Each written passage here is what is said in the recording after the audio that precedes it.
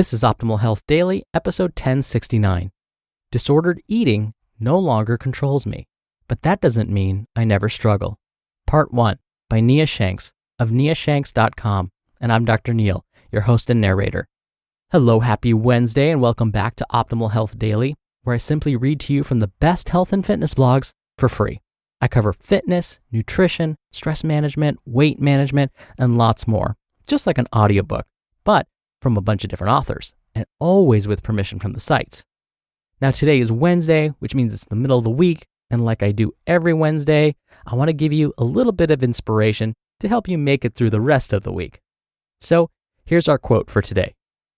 Quote, "The distance between repeated failure and enduring successful change is not marked by personal fortitude or determination. It's not a referendum on your personal worth. Even with amazing stamina, you can still fail. Instead, you cover that distance through simple steps that meet your long-term goals." Dr. Wendy Wood, author of Good Habits, Bad Habits, The Science of Making Positive Changes That Stick. All right, now that we're in the right frame of mind, let's get right to today's post and start optimizing your life. Disordered eating no longer controls me, but that doesn't mean I never struggle. Part 1 by Nia Shanks of niashanks.com. I'm no longer captive to disordered eating, but that doesn't mean I never struggle or feel the tug of old, destructive habits. Like a scar from a sutured wound leaves a permanent reminder of the event, so too did my stint with obsessive eating habits create a lasting mark on me. It fades with time, but it'll never completely vanish. Individuals battling their own disordered eating habits may think, as I did years ago, that they can get over it eventually and be completely free from its grip, never to fight mental battles about food again. Breaking away from disordered eating and the ugly side of health and fitness altogether, and adopting nutrition habits that are flexible, sane, and mentally healthy is possible. However, it's naive to think returning to or becoming normal is a likely outcome. That may sound grim, but it shouldn't. It's simply a reality that a lengthy experience with disordered eating habits will leave its mark, just like an operation or serious puncture wound leaves a scar.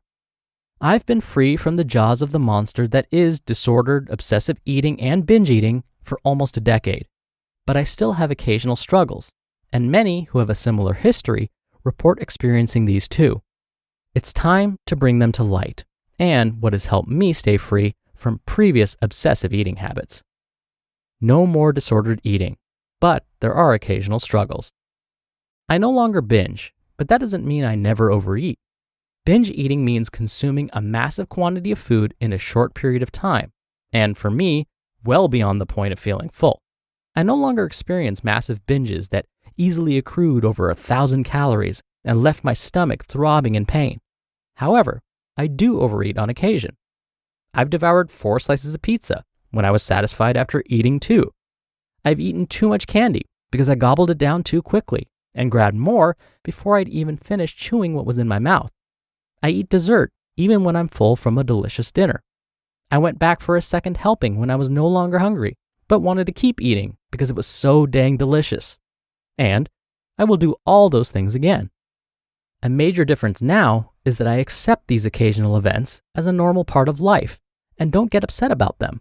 Or if I do start feeling bad, I quickly remind myself that it wasn't a big deal. I make myself move forward and refuse to feel guilt or shame. Years ago, when I was breaking free from disordered eating, I accepted that striving for perfection with food, like never overeating or making successive, less than ideal food choices or eating too much candy, wasn't going to happen. I don't demand perfection, nor do I berate myself when I overeat or make a string of not so great food choices. I don't obsess about food multiple times a day, every day, but I do overthink on occasion. When will I eat again? What will I eat? What should I eat? When can I eat after that?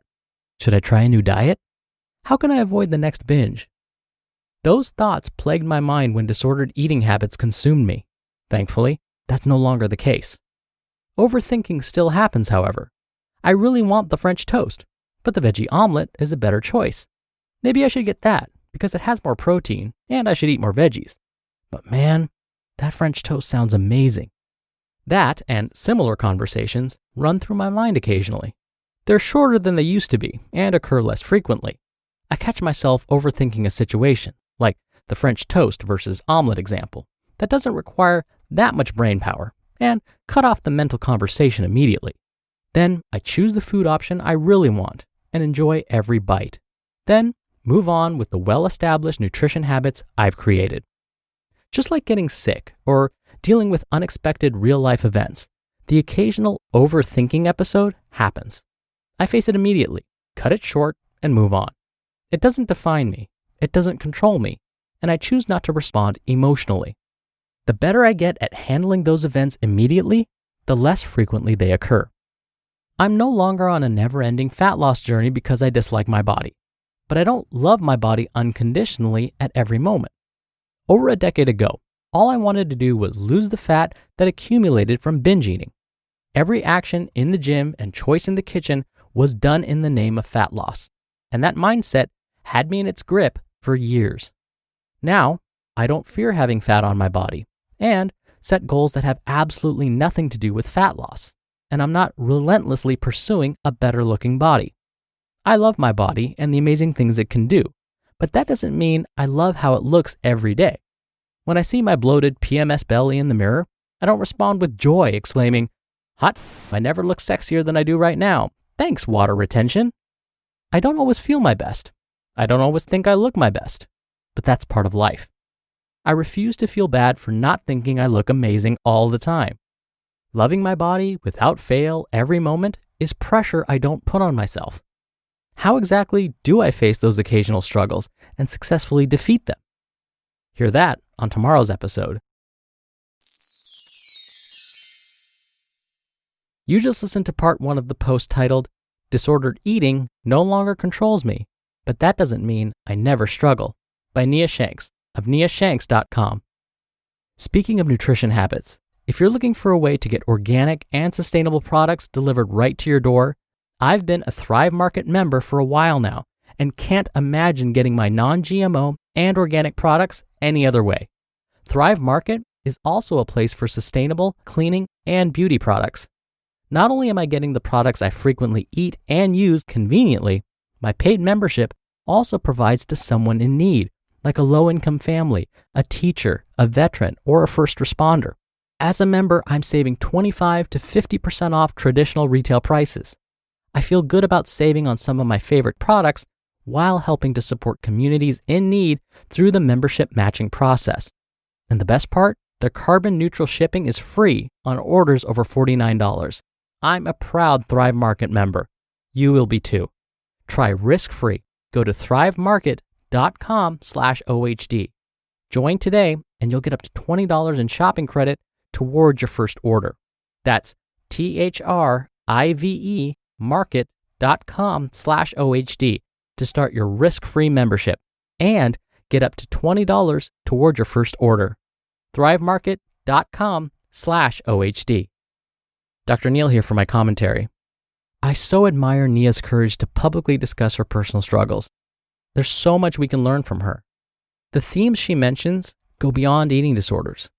They can be applied to any struggle we experience or any goals that we have set for ourselves. Overthinking situations which can delay action, striving for perfection instead of progress, fear and forgiveness. These don't just apply to eating habits, they apply to everything. So hopefully as you were listening, you weren't just tuning it out going, well, I don't struggle with disordered eating, at least I don't think so. Because again, what Nia was really trying to explain applies to anything and everything in our lives. And tomorrow, we'll talk about how some of these struggles can be overcome. All right, that'll do it for today. Thank you for being here. Thank you for listening every day. Thank you for sharing this show with someone.